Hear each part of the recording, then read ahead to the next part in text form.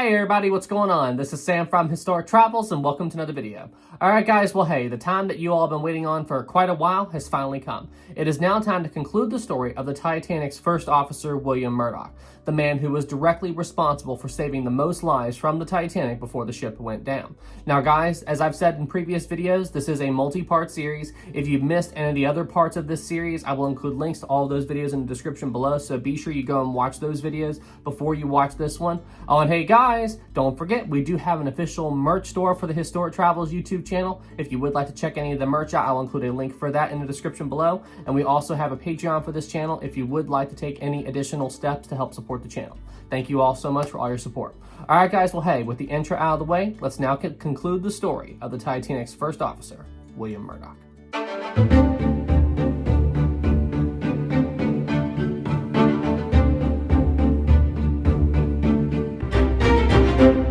When we last left First Officer William Murdoch, he had just successfully launched Lifeboat Number 1 from the Titanic's forward starboard side boat deck.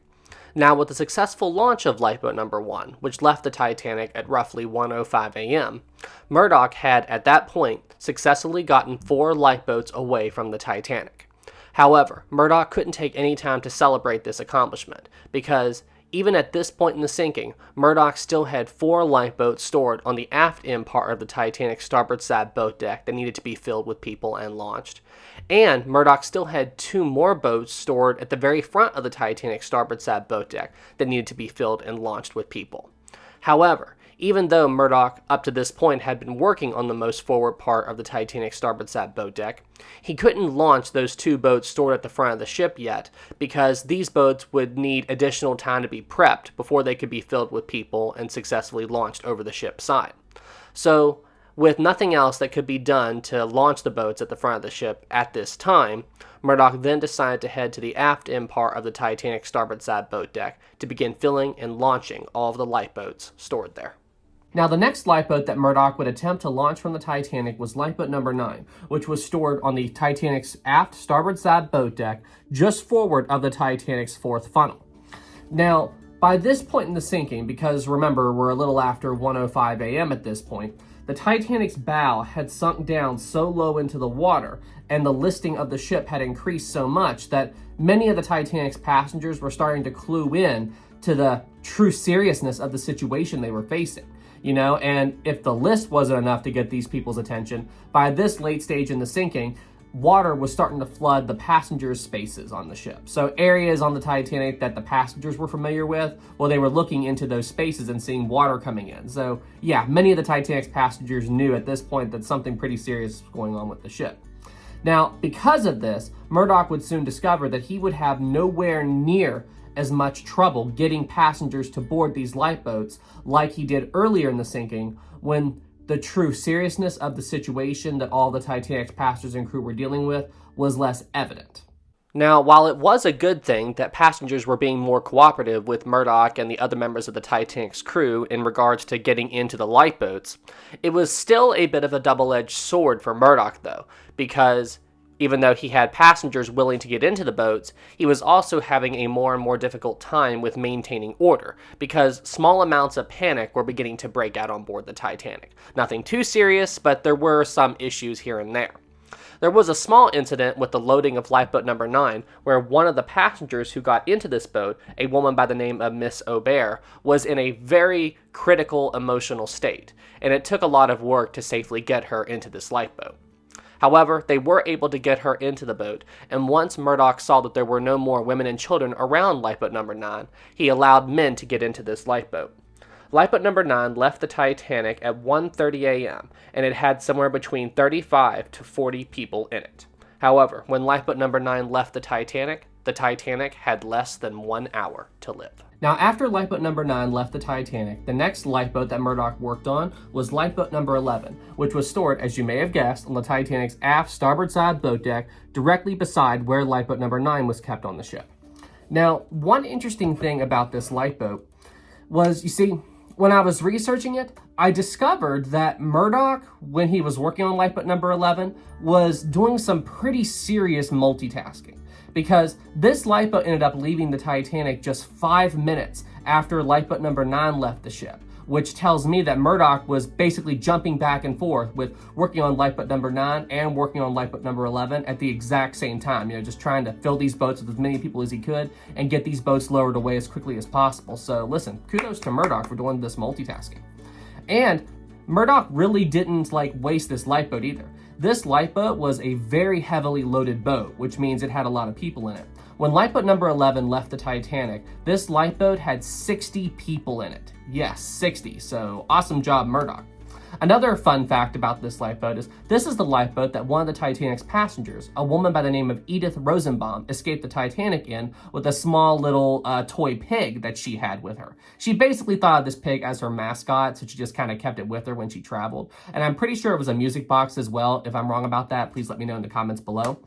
But another funny thing about Edith and this small toy pig was after the sinking, another one of the passengers in that lifeboat saw the toy pig and mistook it for a real pig. She later got annoyed because she thought that Edith, instead of saving another life, they made room in this boat for a pig. And I'm like, that's not the case at all. This toy pig was very small. She kept it on her lap anyway, she was just mad because she thought it was a real pig and not a human life, when in reality it was just a toy pig.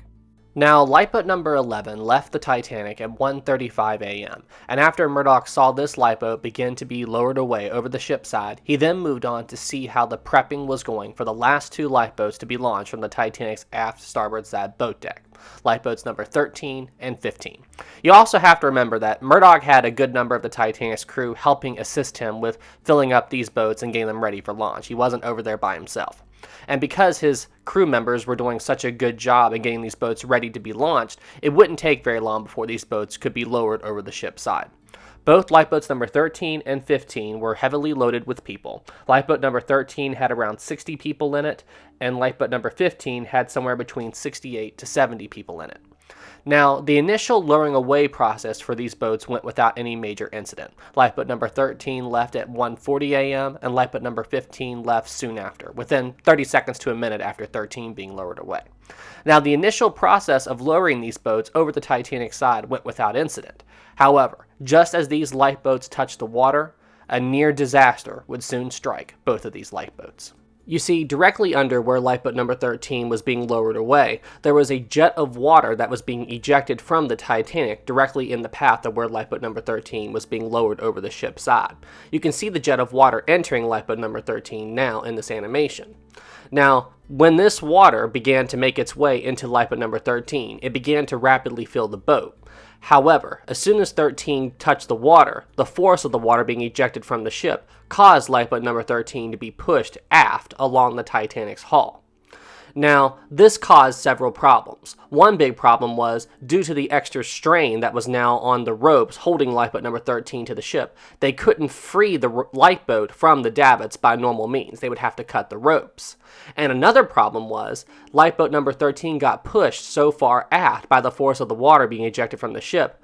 This lifeboat was now directly underneath the still being lowered away lifeboat number 15. So now all the people in this boat were at risk of either being crushed by lifeboat number 15, or it's quite possible 15 could have just put so much pressure on lifeboat number 13 and caused this boat to sink. So either way, it was bad. Now, due to the quick action by the passengers and crew in lifeboat number 13, they were able to cut the ropes free and push lifeboat number 13 clear of lifeboat number 15 just mere seconds before lifeboat number 15 touched the water.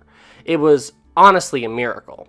And in case you're wondering why the Titanic's officers didn't do anything to stop lowering lifeboat number 15 away, because I'm sure the passengers in 13 were screaming at them to stop lowering away. Well, it's quite possible that the crew up on the Titanic's boat deck didn't hear the screaming from the passengers in this boat. You have to remember that it's pretty late in the sinking, so there was a lot of commotion going on up on the Titanic's deck that was making a lot of noise. And you also have to remember that at this part of the ship, well, the Titanic was raising up higher out of the water on this far aft part of the ship. So honestly, I believe the Titanic's crew had no idea the near miss that lifeboats 13 and 15 had.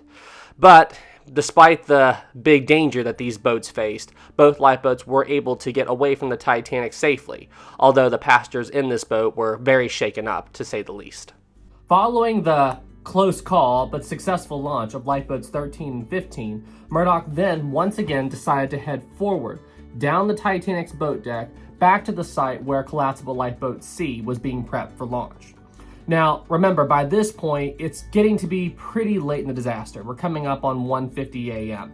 And by this point, the Titanic's bow was so far down, and the ship had developed a list to port, which means that at this point in time, on the Titanic's port side forward well deck, water was already beginning to creep its way up onto this part of the ship.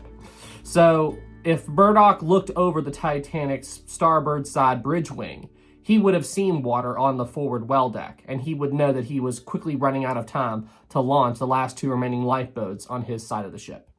Now, by the time Murdoch had rejoined his crew, who was working on getting Collapsible Lifeboat C ready for launch, this boat had already been attached to the lifeboat davits of Lifeboat Number 1, and Collapsible C had already been swung out over the Titanic side.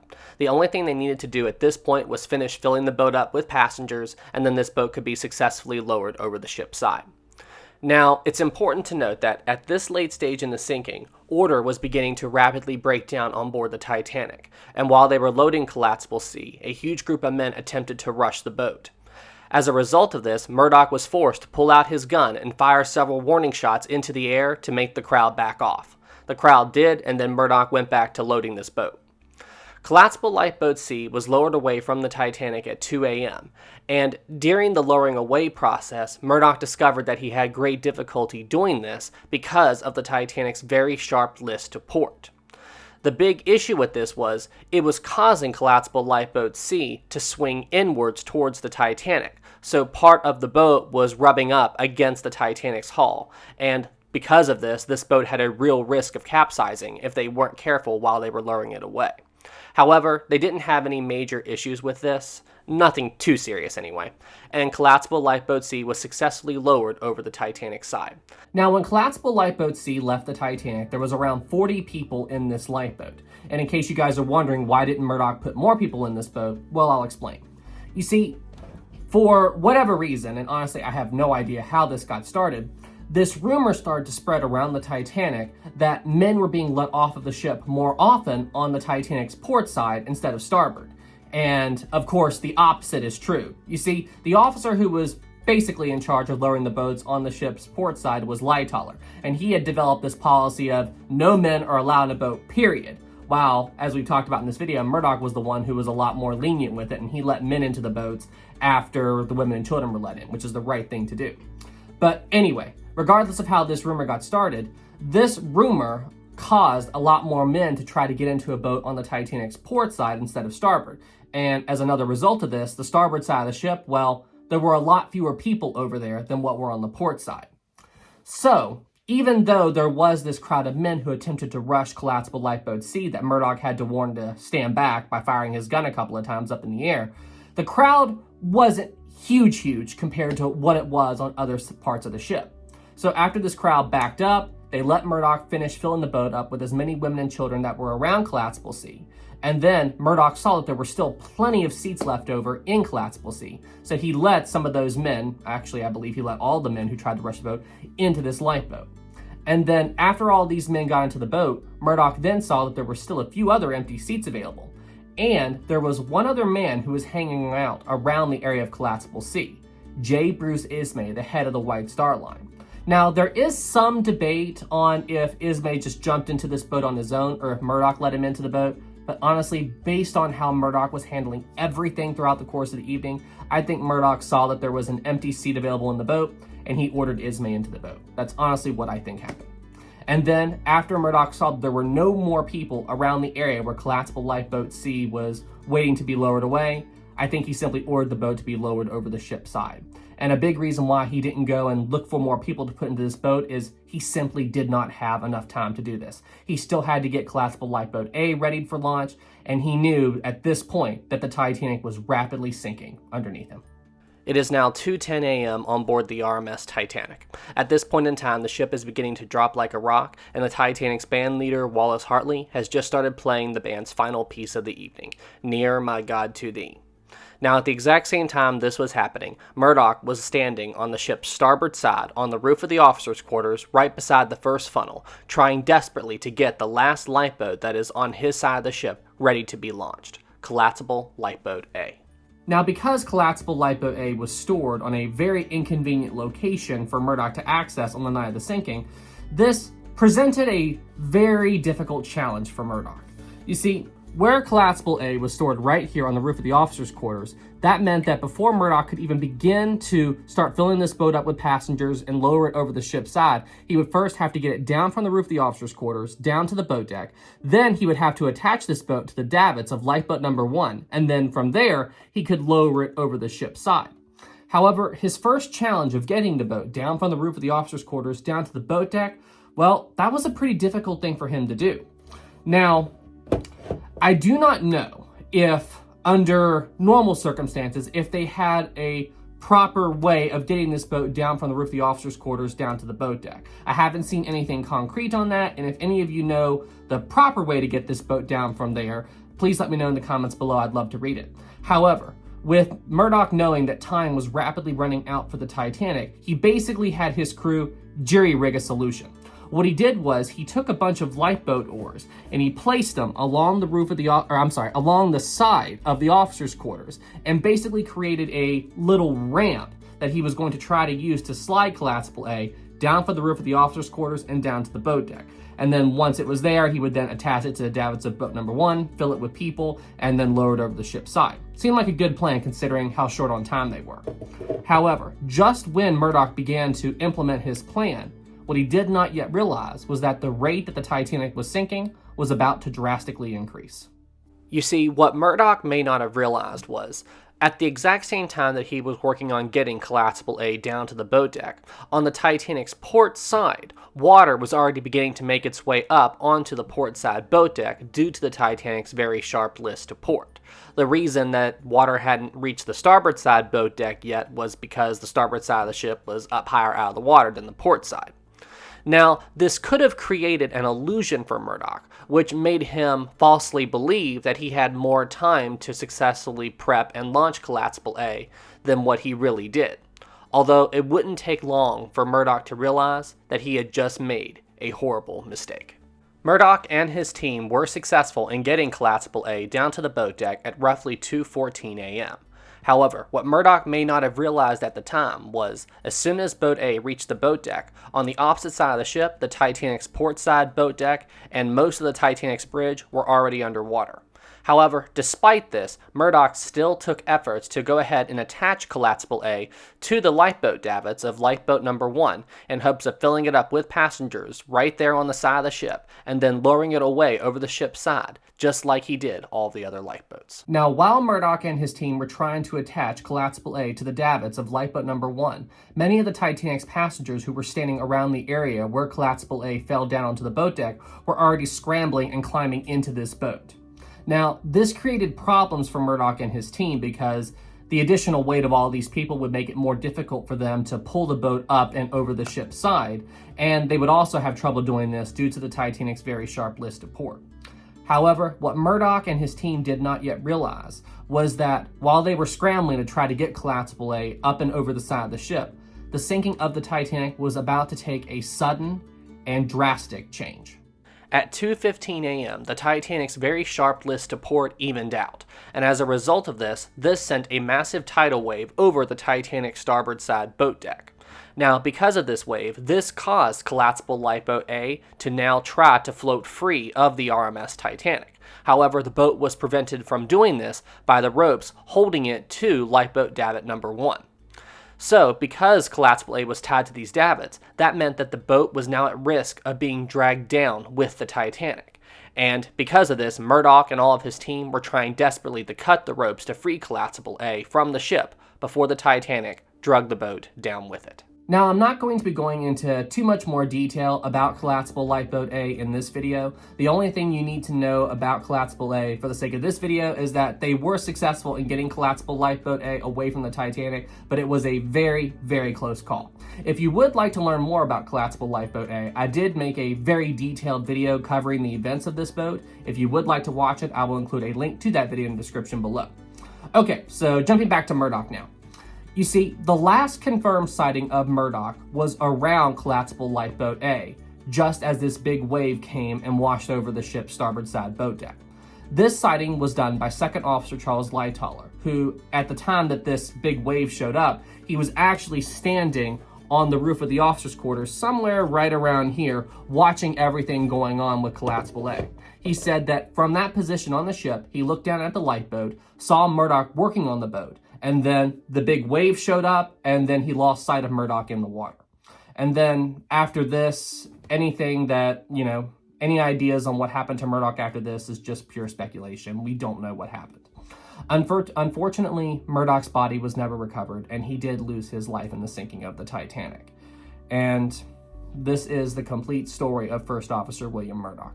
I honestly believe that this man did everything he could to save as many lives as possible, and he worked till the very end of the Titanic's life to get as many people as he could off of the Titanic before the ship went down. And in my mind, he is definitely one of the biggest heroes of the sinking of the Titanic.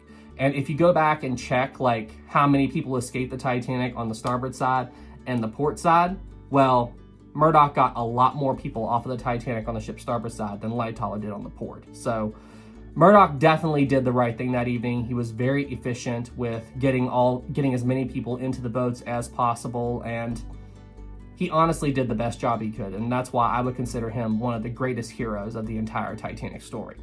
Now, before we wrap up the video, there's one more thing I need to address.